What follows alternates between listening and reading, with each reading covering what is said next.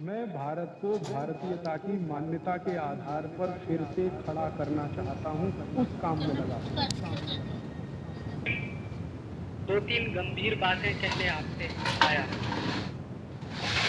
और चाहता हूं कि कुछ आपसे कह सकूं, और अगर आप चाहें तो मुझसे कुछ पूछ सकें। मेरे व्याख्यान के बाद अगर आपको लगे तो आप सवाल जरूर पूछिएगा।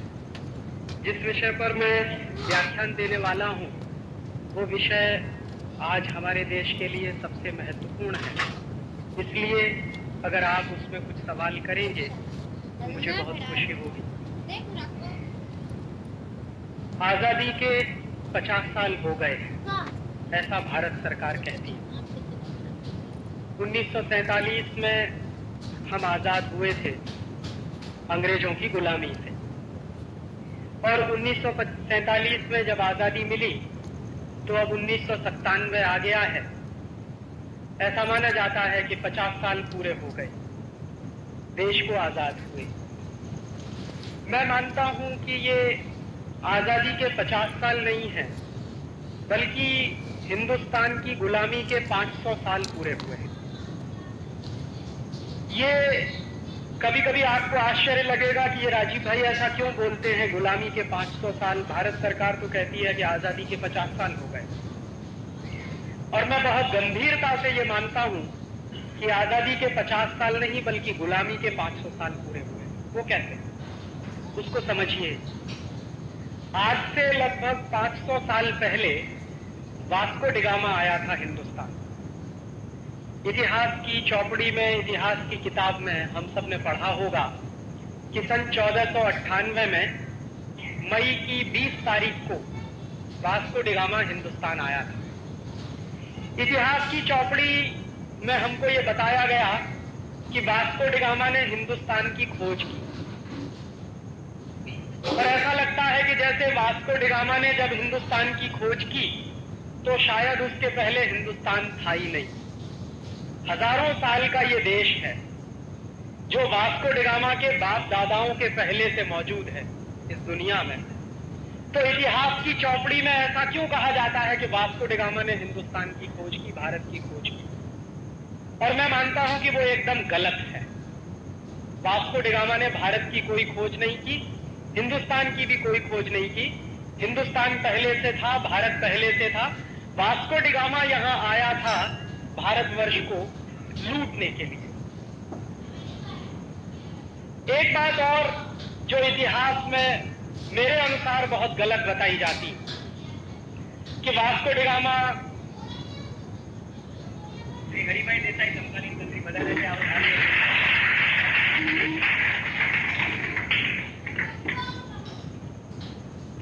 दूसरी बात जो मैं कह रहा था कि अक्सर ये कहा जाता है कि वो वास्को डिगामा एक बहुत बहादुर नाविक था, बहादुर सेनापति था, बहादुर सैनिक था और हिंदुस्तान की खोज के अभियान पर निकला था। ऐसा कुछ नहीं था। सच्चाई ये है कि पुर्तगाल का वो उस जमाने का डॉन था, माफिया था। जैसे आज के जमाने में हिंदुस्तान में बहुत सारे माफिया किंग हैं, उनका नाम लेने की जरूरत नहीं है क्योंकि मंदिर की पवित्रता खत्म हो जाएगी। ऐसे ही बहुत सारे डॉन और माफिया किंग 15वीं शताब्दी में होते थे यूरोप में। और 15वीं शताब्दी का जो यूरोप था वहां दो देश बहुत ताकतवर थे उस जमाने में, एक था स्पेन और दूसरा था पुर्तगाल। तो वास्को डिगामा जो था वो पुर्तगाल का माफिया किंग था। 1490 के आसपास से वास्को डिगामा पुर्तगाल में चोरी का काम, लुटेरे पने का काम, डकैती डालने का काम, ये सब किया करता। और अगर सच्चा इतिहास उसका आप खोजिए तो एक चोर और लुटेरे को हमारे इतिहास में गलत तरीके से हीरो बनाकर पेश किया गया। और ऐसा जो डॉन और माफिया था उस जमाने का पुर्तगाल का, ऐसा ही एक दूसरा लुटेरा और डॉन था, माफिया था, उसका नाम था कोलंबस। वो स्पेन का था। तो हुआ क्या था, कोलंबस गया था अमेरिका को लूटने के लिए और वास्को डिगामा आया था भारतवर्ष को लूटने के लिए। लेकिन इन दोनों के दिमाग में ऐसी बात आई कहां से, कोलंबस के दिमाग में ये किसने डाला कि चलो अमेरिका को लूटा जाए, और वास्को डी गामा के दिमाग में किसने डाला कि चलो भारतवर्ष को लूटा जाए? तो इन दोनों को ये कहने वाले लोग कौन थे? अतुल भाई जो बता रहे थे वही बात मैं आपसे दोहरा रहा हूं। हुआ क्या था कि 14वीं और 15वीं शताब्दी के बीच का जो समय था, यूरोप में दो ही देश थे जो ताकतवर माने जाते थे। एक देश था स्पेन, दूसरा था पुर्तगाल। तो इन दोनों देशों के बीच में अक्सर लड़ाई झगड़े होते थे। लड़ाई झगड़े किस बात के होते थे कि स्पेन के जो लुटेरे थे वो कुछ जहाजों को लूटते थे तो उसकी संपत्ति उनके पास आती थी। ऐसे ही पुर्तगाल के कुछ लुटेरे हुआ करते थे, वो जहाजों को लूटते थे तो उनके पास संपत्ति आती थी। तो संपत्ति का झगड़ा होता था कि कौन कौन संपत्ति ज्यादा रखेगा, स्पेन के पास ज्यादा संपत्ति जाएगी या पुर्तगाल के पास ज्यादा संपत्ति जाएगी। तो उस संपत्ति का बंटवारा करने के लिए कई बार जो झगड़े होते थे वो वहां की धर्म सत्ता के पास ले जाए जाते थे। और उस जमाने की वहां की जो धर्म सत्ता थी वो क्रिश्चियनिटी की सत्ता थी, और क्रिश्चियनिटी की सत्ता में 1492 के आसपास पोप होता था जो सिक्स्थ कहलाता था, छठवां पोप। तो एक बार ऐसा ही झगड़ा हुआ पुर्तगाल और स्पेन की सत्ताओं के बीच में। और झगड़ा किस बात को लेकर था? झगड़ा इस बात को लेकर था कि लूट का माल जो मिले वो किसके हिस्से में ज्यादा जाए। तो उस जमाने के पोप ने एक अध्यादेश जारी किया, आदेश जारी किया, एक नोटिफिकेशन जारी किया सन 1492 में। और वो नोटिफिकेशन क्या था? वो नोटिफिकेशन ये था कि 1492 के बाद सारी दुनिया की संपत्ति को उन्होंने दो हिस्सों में बांटा, और दो हिस्सों में ऐसा बांटा कि दुनिया का एक हिस्सा पूर्वी हिस्सा और दुनिया का दूसरा हिस्सा पश्चिमी हिस्सा। तो पूर्वी हिस्से की संपत्ति को लूटने का काम पुर्तगाल करेगा और पश्चिमी हिस्से की संपत्ति को लूटने का काम स्पेन करेगा। ये आदेश 1492 में पोप ने जारी किया। ये आदेश जारी करते समय जो मूल सवाल है वो ये है कि क्या किसी पोप को ये अधिकार है कि वो दुनिया को दो हिस्सों में बांटे और उन दोनों हिस्सों को लूटने के लिए दो अलग अलग देशों की नियुक्ति कर दे? स्पेन को कहा कि दुनिया के पश्चिमी हिस्से को तुम लूटो, पुर्तगाल को कहा कि दुनिया के पूर्वी हिस्से को तुम लूटो। और 1492 में जारी किया हुआ वो आदेश और बुल आज भी एग्जिस्ट करता।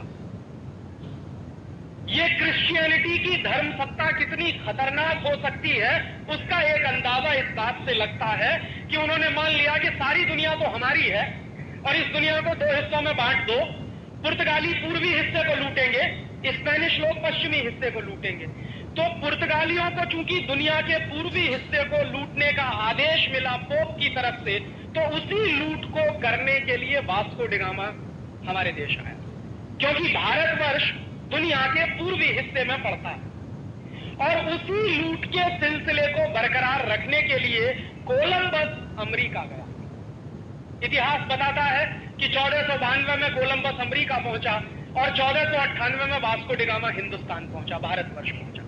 कोलंबस जब अमेरिका पहुंचा तो उसने अमेरिका में जो मूल प्रजाति थी रेड इंडियंस, जिनको माया सभ्यता के लोग कहते थे, उन माया सभ्यता के लोगों से मारकर पीटकर सोना चांदी छीनने का काम शुरू किया।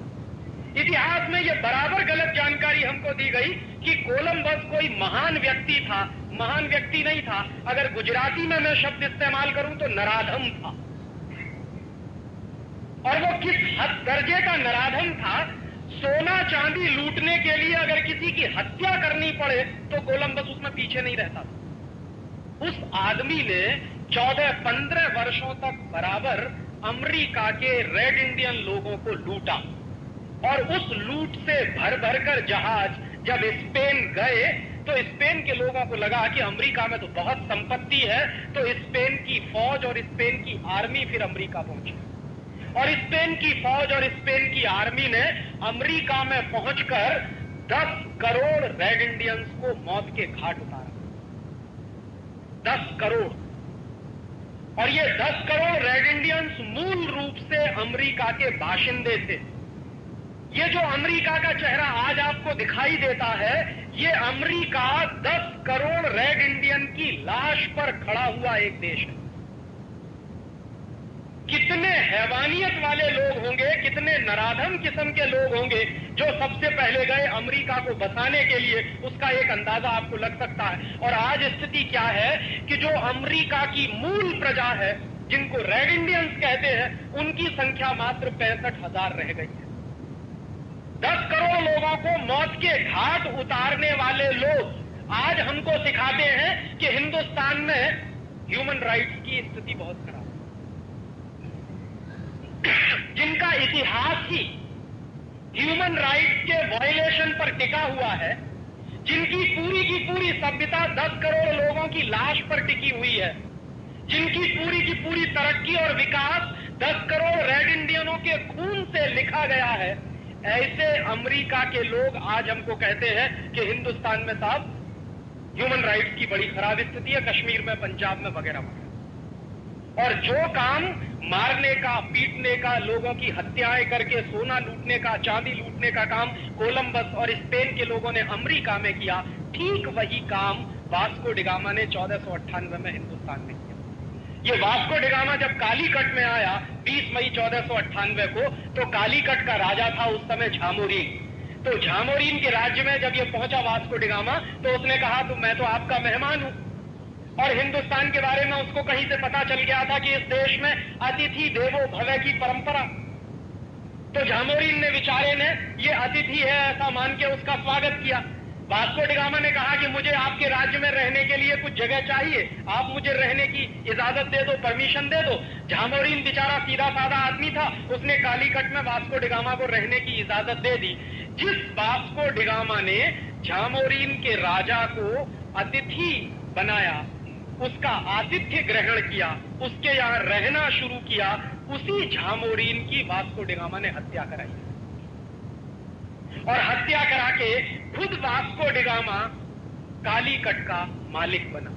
और कालीकट का मालिक बनने के बाद उसने क्या किया कि समुद्र के किनारे है कालीकट, केरल में, वहां से जो जहाज आते जाते थे, जिसमें हिंदुस्तानी व्यापारी अपना माल भर भर के साउथ ईस्ट एशिया और अरब के देशों में व्यापार के लिए भेजते थे, उन जहाजों पर टैक्स वसूलने का काम वास्को डिगामा करता था। और अगर कोई जहाज वास्को डिगामा को टैक्स ना दे, तो उस जहाज को समुद्र में डुबोने का काम वास्को डिगामा करता। और वास्को डिगामा हिंदुस्तान आया पहली बार 1498 में, और यहां से जब लूट कर संपत्ति ले गया तो 7 जहाज भर के सोने की अशर्फियां थी। पोर्चुगीज सरकार के जो डॉक्यूमेंट्स हैं वो बताते हैं कि वास्को डिगामा पहली बार जब हिंदुस्तान से गया, लूट कर संपत्ति को लेकर गया, तो 7 जहाज भर के सोने की अशर्फियां। उसके बाद दोबारा फिर आया Vasco da Gama. Vasco da Gama Hindustan में 3 बार आया लगातार लूटने के बाद। चौथी बार भी आता लेकिन मर गया। दूसरी बार आया तो हिंदुस्तान से लूट कर जो ले गया वो करीब 11 से 12 जहाज भर के सोने की अशर्फियां। और तीसरी बार आया और हिंदुस्तान से जो लूट कर ले गया वो 21 से 22 जहाज भर के सोने की अशर्फियां। इतना सोना चांदी लूट कर जब वास्को डिगामा यहां से ले गया, तो पुर्तगाल के लोगों को पता चला कि हिंदुस्तान में तो बहुत संपत्ति है। और भारतवर्ष की संपत्ति के बारे में उन्होंने पहले भी कहीं पढ़ा था। उनको कहीं से ये टेक्स्ट मिल गया था कि भारत एक ऐसा देश है जहां पर महमूद गजनवी नाम का एक व्यक्ति आया, 17 साल बराबर आता रहा, लूटता रहा इस देश को, एक ही मंदिर को, सोमनाथ का मंदिर जो बिरावल में, उस सोमनाथ के मंदिर को महमूद गजनवी नाम का एक व्यक्ति एक वर्ष आया, अरबों खरबों की संपत्ति लेकर चला गया, दूसरे साल आया फिर अरबों खरबों की संपत्ति ले गया, तीसरे साल आया फिर लूट कर ले गया, और 17 साल बराबर वो आता रहा और लूट कर ले जाता रहा। तो वो टेक्स्ट भी उनको मिल गए थे कि एक एक मंदिर में इतनी संपत्ति, इतनी पूंजी है, इतना पैसा है भारतवर्ष में, तो चलो इस देश को लूटा जा। और उस जमाने में एक जानकारी और दे दूं, ये यूरोप वाले और अमेरिका वाले जितना अपने आप को विकसित कहें, सच्चाई ये है कि 14वीं और 15वीं शताब्दी में दुनिया में सबसे ज्यादा गरीबी यूरोप के देशों में, खाने पीने को भी कुछ होता नहीं, प्रकृति ने उनको हमारी तरह कुछ भी नहीं दिया, ना उनके पास नेचुरल रिसोर्सेज हैं जितने हमारे पास हैं, न मौसम बहुत अच्छा है, न खेती बहुत अच्छी होती थी, और उद्योगों का तो प्रश्न ही नहीं उठता। 13वीं और 14वीं शताब्दी में तो यूरोप में कोई उद्योग नहीं होता। तो उन लोगों का मूलतः जीविका का जो साधन था वो लुटेरेपन के काम से जीविका चलाते थे, चोरी करते थे, डकैती डालते थे, लूट डालते थे। ये मूल काम करने वाले यूरोप के लोग थे। तो उनको पता लगा कि हिंदुस्तान और भारतवर्ष में इतनी संपत्ति है, तो चलो उस देश को लूटा जाए। और वास्को डी गामा ने आकर हिंदुस्तान में लूट का एक नया इतिहास शुरू किया। उसके पहले भी लूट चली हमारी, महमूद गजनवी जैसे लोग हमको लूटते रहे, लेकिन वास्को डी गामा ने आकर लूट को जिस तरह से केंद्रित किया और ऑर्गेनाइज किया, वो समझने की जरूरत है। उसके पीछे पीछे क्या हुआ? पुर्तगाली लोग आए, उन्होंने 70-80 वर्षों तक इस देश को खूब जमकर लूटा। पुर्तगाली चले गए इस देश को लूटने के बाद, फिर उसके पीछे फ्रांसीसी आए, उन्होंने इस देश को खूब जमकर लूटा, 70-80 वर्ष उन्होंने भी। उसके बाद डच आ गए, हॉलैंड वाले, उन्होंने इस देश को लूटा। और उसके बाद फिर अंग्रेज आ गए हिंदुस्तान में, लूटने के लिए ही नहीं बल्कि इस देश पर राज्य भी करने के लिए।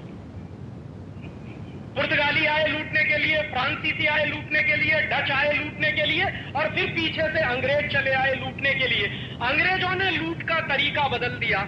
ये अंग्रेजों से पहले जो लोग लूटने के लिए आए वो आर्मी लेके आए थे, बंदूक लेके आए थे, तलवार लेके आए थे और जबरदस्ती लूटते थे।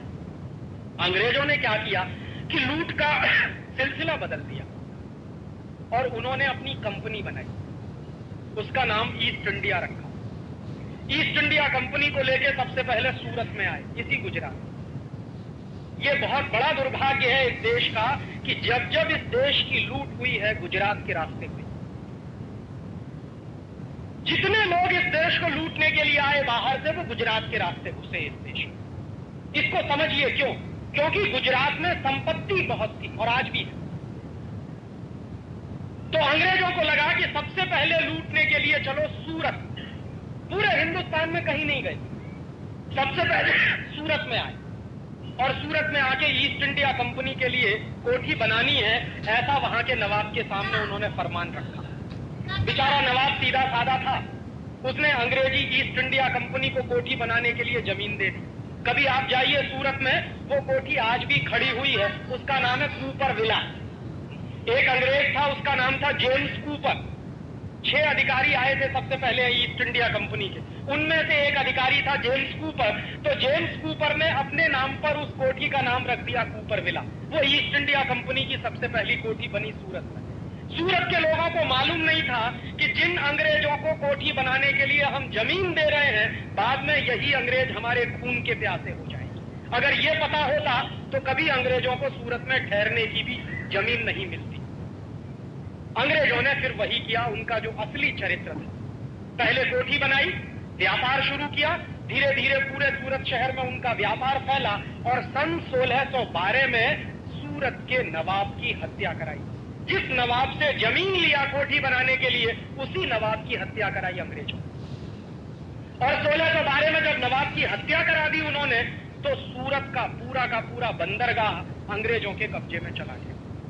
और अंग्रेजों ने जो काम सूरत में किया था 1612 में, वही काम कलकत्ता में किया, वही काम मद्रास में किया, वही काम दिल्ली में किया, वही काम आगरा में किया, वही काम लखनऊ में किया। माने जहां भी अंग्रेज जाते थे अपनी कोठी बनाने के लिए ईस्ट इंडिया कंपनी को लेके, उस हर शहर पर अंग्रेजों का कब्जा होता था और ईस्ट इंडिया कंपनी का झंडा फहराया जाता था। 150 वर्षों के अंदर व्यापार के बहाने अंग्रेजों ने सारे देश को अपने कब्जे में दे दिया। 1750 तक आते आते सारा देश अंग्रेजी ईस्ट इंडिया कंपनी का गुलाम हो गया। किसी को नहीं मालूम था कि जिस ईस्ट इंडिया कंपनी को हम व्यापार के लिए छूट दे रहे हैं, जिन अंग्रेजों को हम व्यापार के लिए जमीन दे रहे हैं, जिन अंग्रेजों को व्यापार के लिए हिंदुस्तान में हम बुला के ला रहे हैं, वही अंग्रेज इस देश के मालिक हो जाएंगे, ऐसा किसी को अंदाजा नहीं था। अगर ये अंदाजा होता तो शायद कभी उनको छूट न मिलती, लेकिन 1750 में ये अंदाजा हुआ। और अंदाजा हुआ एक व्यक्ति को, उसका नाम था सिराजुद्दौला, बंगाल का नवाब था। तो बंगाल का नवाब था सिराजुद्दौला, उसको ये अंदाजा हो गया कि अंग्रेज इस देश में व्यापार करने नहीं आए हैं, इस देश को गुलाम बनाने आए हैं, इस देश को लूटने के लिए आए हैं, क्योंकि इस देश में संपत्ति बहुत है, क्योंकि इस देश में पैसा बहुत है। तो सिराजुद्दौला ने फैसला किया कि अंग्रेजों के खिलाफ कोई बड़ी लड़ाई लड़नी पड़े, और उस बड़ी लड़ाई को लड़ने के लिए सिराजुद्दौला ने युद्ध किया अंग्रेजों के खिलाफ।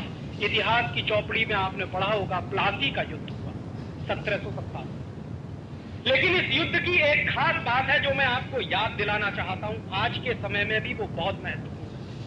1757 में जब प्लासी का युद्ध हुआ, मैं बचपन में जब विद्यार्थी था, कक्षा 9 में पढ़ता था मैं, तो मैं मेरे इतिहास के अध्यापक से ये पूछता था कि सर मुझे ये बताइए कि प्लासी के युद्ध में अंग्रेजों की तरफ से कितने सिपाही थे लड़ने वाले। तो मेरे अध्यापक कहते थे मुझको नहीं मालूम।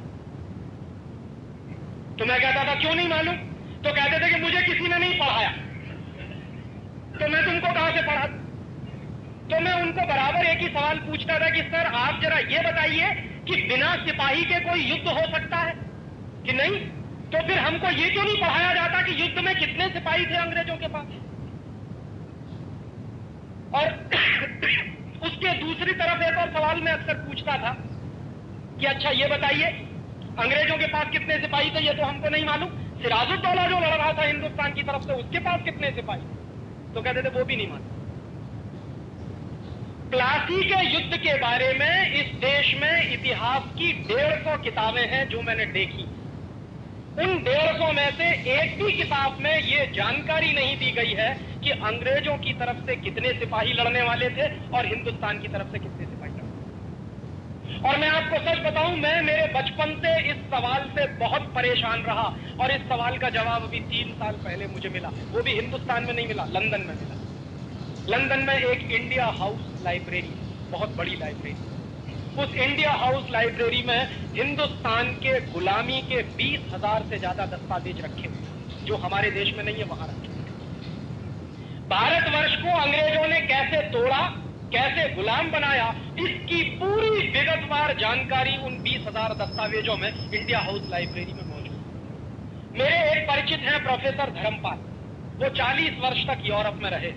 मैंने एक बार उनको एक चिट्ठी लिखी, मैंने कहा सर मैं ये जानना चाहता हूं बेसिक क्वेश्चन कि प्लासी के युद्ध में अंग्रेजों के पास कितने सिपाही थे। तो उन्होंने कहा देखो राजीव, अगर तुमको ये जानना है तो बहुत कुछ जानना पड़ेगा, और तुम तैयार हो जानने के लिए? मैंने कहा मैं सब जानना चाहता हूं। मैं इतिहास का विद्यार्थी नहीं लगा, लेकिन इतिहास को समझना चाहता हूं कि ऐसी कौन सी खास बात थी जो हम अंग्रेजों के गुलाम हो गए। ये समझ में तो आना चाहिए अपने कि कैसे हम अंग्रेजों के गुलाम हो।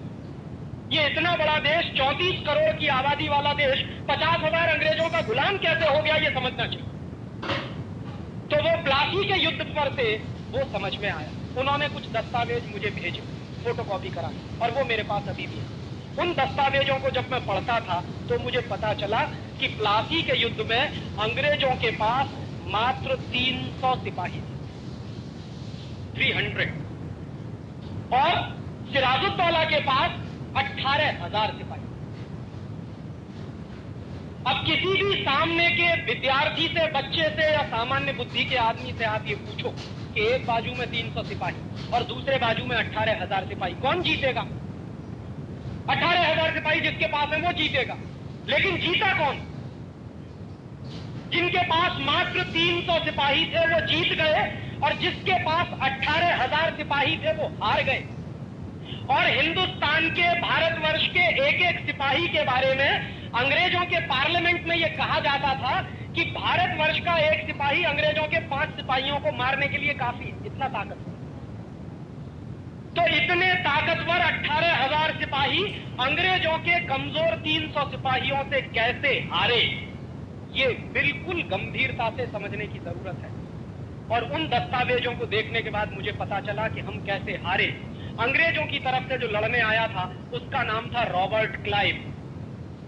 वो अंग्रेजी सेना का सेनापति था। और भारतवर्ष की तरफ से जो लड़ रहा था सिराजुद्दौला, उसका भी एक सेनापति था, उसका नाम था मीर जाफर। तो हुआ क्या था? रॉबर्ट क्लाइव ये जानता था कि अगर भारतीय सिपाहियों से सामने से हम लड़ेंगे तो हम 300 लोग हैं, मारे जाएंगे, 1 घंटे भी युद्ध नहीं चलेगा। और क्लाइव ने इस बात को कई बार ब्रिटिश पार्लियामेंट को चिट्ठी लिख के कहा था। क्लाइव की 2 चिट्ठियां हैं उन दस्तावेजों में।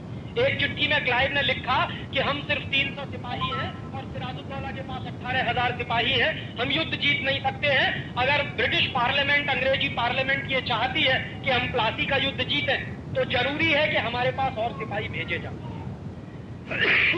उस चिट्ठी के जवाब में क्लाइव को ब्रिटिश पार्लियामेंट की एक चिट्ठी मिली थी और वो बहुत मजेदार है, उसको समझना चाहिए। उस चिट्ठी में ब्रिटिश पार्लियामेंट के लोगों ने ये लिखा कि हमारे पास इससे ज्यादा सिपाही है नहीं। क्यों नहीं है? क्योंकि 1757 में जब प्लासी का युद्ध शुरू होने वाला था, उसी समय अंग्रेजी सिपाही फ्रांस में नेपोलियन बोनापार्ट के खिलाफ लड़ाई लड़ रहे। और नेपोलियन बोनापार्ट क्या था? अंग्रेजों को मार मार के फ्रांस से भगा रहा था। तो पूरी की पूरी अंग्रेजी ताकत और अंग्रेजी सेना नेपोलियन बोनापार्ट के खिलाफ फ्रांस में लड़ती थी, इसलिए वो ज्यादा सिपाही दे नहीं सकते थे। तो उन्होंने कहा अपने पार्लियामेंट में कि हम इससे ज्यादा सिपाही आपको दे नहीं सकते, जो 300 सिपाही है उन्हीं से आपको प्लासी का युद्ध जीतना है। तो रॉबर्ट क्लाइव ने अपने 2 जासूस लगाए। उसने कहा देखो युद्ध लड़ेंगे तो मारे जाएंगे, अब आप एक काम करो। उसने 2 अपने साथियों को कहा कि आप जाओ और सिराजुद्दौला की आर्मी में पता लगाओ कि कोई ऐसा आदमी है क्या जिसको रिश्वत दे दे, जिसको लालच दे दे, और रिश्वत के लालच में जो अपने देश से गद्दारी करने को तैयार हो जाए, ऐसा आदमी तलाशो। उसके 2 जासूसों ने बराबर सिराजुद्दौला की आर्मी में पता लगाया कि हाँ एक आदमी है, उसका नाम है मीर जाफर। अगर आप उसको रिश्वत दे दो तो वो हिंदुस्तान को बेच सकता है, इतना लालचिया। और अगर आप उसको कुर्सी का लालच दे दो तब तो वो हिंदुस्तान की 7 पुश्तों को बेच सकता। और मीर जाफर क्या था? मीर जाफर ऐसा आदमी था जो रात दिन एक ही सपना देखता था कि एक ना एक दिन मुझे बंगाल का नवाब बनना। और उस जमाने में बंगाल का नवाब बनना ऐसा ही होता था जैसे आज के जमाने में बहुत नेता ये सपना देखते हैं कि मुझे हिंदुस्तान का प्रधानमंत्री बनना, चाहे देश बेचना पड़े। तो मीर जाफर के मन का ये जो लालच था कि मुझे बंगाल का नवाब बनना है, माने कुर्सी चाहिए और मुझे पूंजी चाहिए, पैसा चाहिए, सत्ता चाहिए और पैसा चाहिए। ये दोनों लालच उस समय मीर जाफर के मन में सबसे ज्यादा प्रबल थे और उस लालच को रॉबर्ट क्लाइव ने बराबर भांप लिया। तो रॉबर्ट क्लाइव ने मीर जाफर को चिट्ठी लिखी है, वो चिट्ठी दस्तावेजों में मौजूद है और उसकी फोटोकॉपी मेरे पास है। उसने चिट्ठी में 2 ही बातें लिखी हैं। देखो मीर जाफर, अगर तुम अंग्रेजों के साथ दोस्ती करो और ईस्ट इंडिया कंपनी के साथ समझौता करो तो हम तुमको युद्ध जीतने के बाद बंगाल का नवाब बनाएंगे। और दूसरी बात कि जब आप बंगाल के नवाब हो जाओगे तो सारी की सारी संपत्ति आपकी हो जाएगी। इस संपत्ति में से 5% हमको दे देना, बाकी तुम जितना लूटना चाहो लूट। मीर जाफर चूंकि रात दिन यही सपना देखता था कि किसी तरह कुर्सी मिल जाए और किसी तरह पैसा मिल जाए, तुरंत उसने वापस रॉबर्ट क्लाइव को चिट्ठी लिखी और उसने कहा कि मुझे आपकी दोनों बातें मंजूर हैं, बताइए करना क्या है। तो आखिरी चिट्ठी लिखी है रॉबर्ट क्लाइव ने मीर जाफर को कि आपको सिर्फ इतना करना है कि युद्ध जिस दिन शुरू होगा उस दिन आप अपने 18,000 सिपाहियों को कहिए कि वो मेरे सामने सरेंडर कर दें बिना लड़े। मीर जाफर ने कहा कि आप अपनी बात पर कायम रहोगे, मुझे नवाब बनाना है आपको। तो रॉबर्ट ने कहा कि बराबर हम हमारी बात पर कायम है, आपको हम बंगाल का नवाब बना देंगे। बस आप एक ही काम करो कि अपनी आर्मी से कहो, क्योंकि वो सेनापति था आर्मी का, तो आप अपनी आर्मी को आदेश दो कि युद्ध के मैदान में वो मेरे सामने हथियार डाल दें बिना लड़े।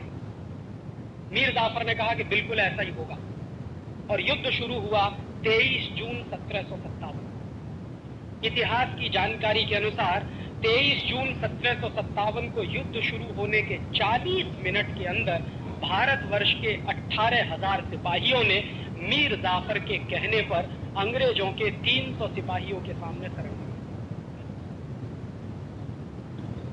रॉबर्ट क्लाइव ने क्या किया? अपने 300 सिपाहियों की मदद से हिंदुस्तान के 18,000 सिपाहियों को बंदी बनाया और कलकत्ता में एक जगह है, उसका नाम है फोर्ट विलियम, आज भी है, कभी आप जाइए उसको देखिए। उस फोर्ट विलियम में 18,000 सिपाहियों को बंदी बनाकर ले गया। 10 दिन तक उसने भारतीय सिपाहियों को भूखा रखा और उसके बाद 11वें दिन सबकी हत्या कराई। और उस हत्या कराने में मीर जाफर रॉबर्ट क्लाइव के साथ शामिल थे। उसके बाद रॉबर्ट क्लाइव ने क्या किया, उसने बंगाल के नवाब सिराजुद्दौला की हत्या कराई मुर्शिदाबाद में, क्योंकि उस जमाने में बंगाल की राजधानी मुर्शिदाबाद होती थी, कलकत्ता नहीं। सिराजुद्दौला की हत्या कराने में रॉबर्ट क्लाइव और मीर जाफर दोनों शामिल थे। और नतीजा क्या हुआ, बंगाल का नवाब सिराजुद्दौला मारा गया। जो ईस्ट इंडिया कंपनी को भगाने का सपना देखता था इस देश में, वो मारा गया। और जो ईस्ट इंडिया कंपनी से दोस्ती करने की बात करता था, वो बंगाल का नवाब हो गया, मीर जाफर। इस पूरे इतिहास की दुर्घटना को मैं एक विशेष नजर से देखता हूं। मैं कई बार ऐसा सोचता हूं कि क्या मीर जाफर को मालूम नहीं था कि ईस्ट इंडिया कंपनी से दोस्ती करेंगे तो इस देश की गुलामी आएगी? मीर जाफर जानता था इस बात को। मीर जाफर बराबर जानता था कि मैं मेरे कुर्सी के लालच में जो खेल खेल रहा हूं, उस खेल में इस देश को सैकड़ों वर्षों की गुलामी आ सकती है, ये वो जानता था। और ये भी जानता था कि अपने स्वार्थ में, अपने लालच में मैं जो गद्दारी करने जा रहा हूं इस देश के साथ, उसके क्या दुष्परिणाम होंगे वो भी उसको मालूम थे। लेकिन इसका होता कि हम 1757 ऐसा सोचता हूं कि गुलामी से आजाद हो जाते, क्योंकि 18,000 सिपाही हमारे पास थे और 300 अंग्रेज सिपाहियों को मारना बिल्कुल आसान काम था हमारे लिए। हम 1757 में ही अंग्रेजों की गुलामी से आजाद हो जाते, एक बात। और दूसरी बात, ये जो 200 वर्ष की गुलामी हमको झेलनी पड़ी 1757 से 1947 तक, और उस 200 वर्ष की गुलामी को भगाने के लिए 6 लाख लोगों की जो कुर्बानियां हमको देनी पड़ी, वो बच गया। भगत सिंह, चंद्रशेखर, ऊधम सिंह, तात्या टोपे, झांसी की रानी लक्ष्मीबाई, सुभाष चंद्र बोस, ऐसे ऐसे नौजवानों की कुर्बानियां दी हैं। ये कोई छोटे मोटे लोग नहीं। सुभाष चंद्र बोस तो आईसीएस टॉपर थे। ऊधम सिंह चाहता तो अय्याशी कर सकता था, बड़े बाप का बेटा। भगत सिंह और चंद्रशेखर की भी यही हैसियत थी, चाहते तो जिंदगी की जवानी की रंगरेलियां मनाते और अपनी नौजवानी को ऐसे फंदे में नहीं फंसाते। ये सारे वो नौजवान थे जिनका खून इस देश के लिए बहुत महत्वपूर्ण था। 6 लाख ऐसे नौजवानों की कुर्बानियां जो हमने दी, वो नहीं देनी पड़ती। और अंग्रेजों की जो यातनाएं सही, जो अपमान हमने बर्दाश्त किया, वो नहीं करना पड़ता अगर एक आदमी नहीं होता, मीर जाफर। लेकिन चूंकि मीर जाफर था और मीर जाफर का लालच था कुर्सी का और पैसे का, उस लालच ने इस देश को 200 वर्ष के लिए गुलाम बना दिया। और मैं आपसे यही कहने आया हूं कि 1757 में तो एक मीर जाफर था, आज हिंदुस्तान में हजारों मीर जाफर।